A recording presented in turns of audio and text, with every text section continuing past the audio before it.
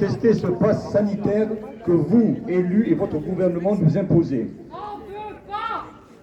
Nous tenons à vous préciser que nous ne sommes ni complotistes, ni anti-juifs, ni anti-vax, comme vous vous plaisez à qualifier ce mouvement qui dure maintenant depuis 5 semaines.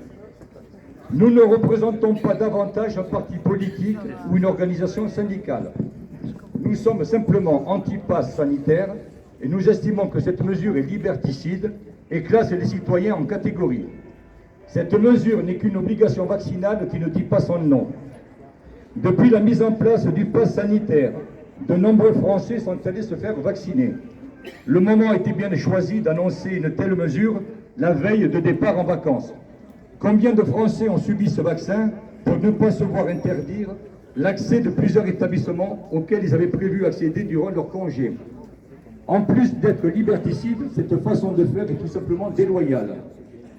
Contrairement aux affirmations de M. Macron et des membres du gouvernement, les Français n'ont pas agi en responsabilité. Ils se sont fait vacciner parce qu'ils n'avaient pas le choix, sinon de celui de se voir interdire toute vie sociale.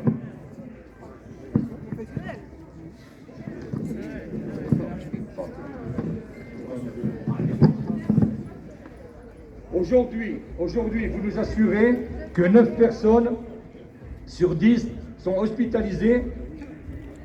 Attendez, nous assurez que 9 personnes sur 10 hospitalisées sont des non-vaccinés. Mais si nous prenons l'exemple d'Israël, pays qui nous a devancés en matière de vaccination, une grande majorité de sa population a reçu 2 injections. Pourtant, le nombre d'hospitalisés sont vaccinés, eux, et en augmentation. Vous comprendrez notre incompréhension. Au plus gros de l'épidémie, en 2020, les Chinois ont construit en 10 jours un hôpital de 1000 lits. Cette pandémie dure 18 mois. En France, et les hôpitaux continuent de demander de l'aide. Sont-ils entendus? Posez la question au personnel soignant de la 7e circonscription. Nous leur avons posé la question dans les manifestations anti-pass. Nombreux de ces personnels y participent. Ils vous diraient qu'il manque de lits, qu'il manque de personnel. Ils vous parleraient de l'engorgement des urgences, faute de moyens. Ils font des heures et des heures, mais par humilité, ils mettent de côté leurs besoins de reconnaissance. Il y a 18 mois, vous nous disiez que les masques ne servaient à rien. Certes, il n'y en avait pas, c'était votre façon de s'en sortir. Aujourd'hui, vous avez décidé, comme ça, d'un jour à l'autre, de reporter de 48 heures à 72 heures la validité des tests sanitaires aux grandes dames des médecins qui préconisaient de réduire ce délai à 24 heures. Et si la vraie raison de ce report de 48 heures à 72 heures était que vous aviez peur de ne pas avoir suffisamment de tests, vous autres politiques, seriez-vous devenus des médecins? Molière a écrit « Le médecin malgré lui », une parodie des pratiques médicales de l'époque, tout en énonçant un charlatanisme aboutissant à une satire de la crédulité.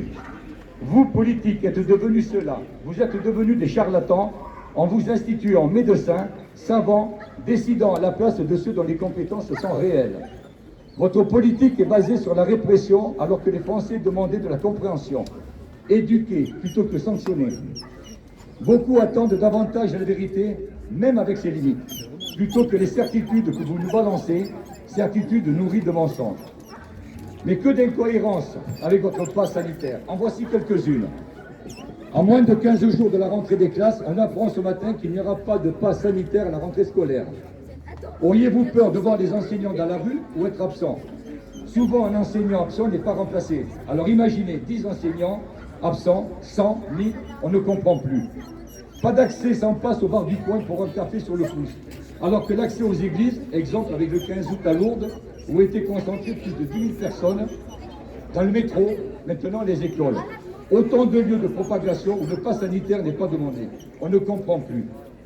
Les terrasses de restaurants s'étalent sur toute la voie publique, pour lesquelles l'accès est conditionné à la présentation du pass sanitaire, mais qui oblige celui qui ne fait que passer à circuler entre les tables. On ne comprend plus. Des exceptions à ce pass sanitaire avec la police, des surveillants de prison, des professeurs des écoles. Vous-même, les parlementaires, avez réussi la prouesse à vous en faire exempter pour accéder à l'Assemblée. On ne comprend plus. Des personnes exemptées de l'obligation de se faire vacciner en contrôle d'autres pour les inciter à se faire vacciner. On ne comprend plus. Permettez-nous, Madame la députée, de vous citer cet exemple. Il date d'hier soir. Une maman dont le bébé a juste 1 mois vient d'être hospitalisée. Pour aller le voir, la maman doit faire un test toutes les 72 heures. Le désespoir de ces parents est immense. Leurs petits, leurs bébés d'à peine quelques jours hospitalisés.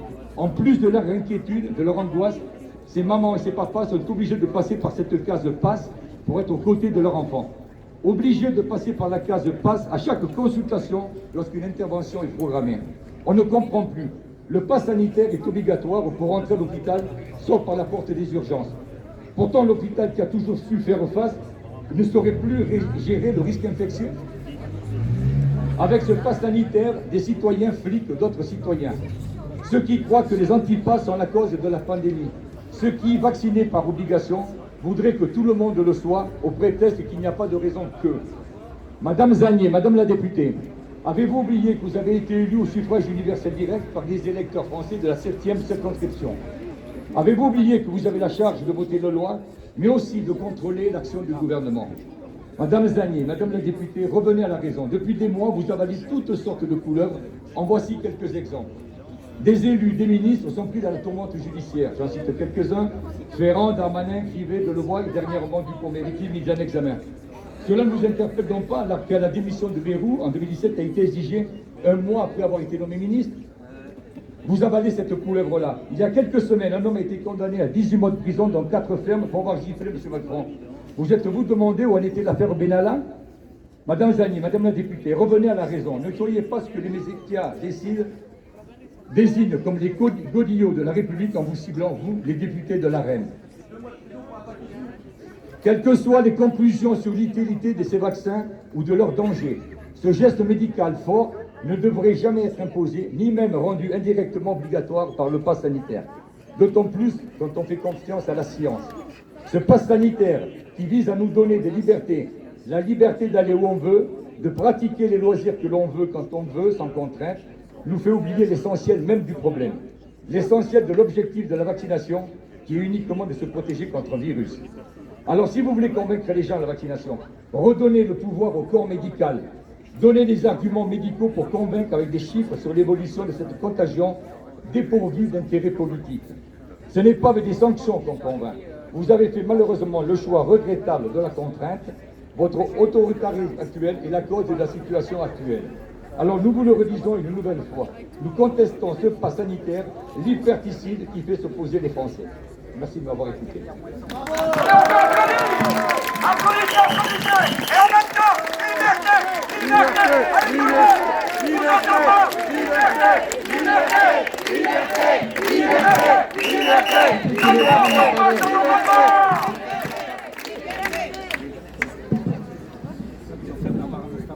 Bonsoir à toutes, je m'appelle Franck Lecor, je suis athée et à force je suis devenu apolitique pour continuer à être maître de la liberté de mes choix, mes cités et mes envies. Je ne suis pas contre les vaccins, mais je fais partie de celles et ceux qui sont farouchement opposés à cette injection numérique et à ce pass de la honte et de la division.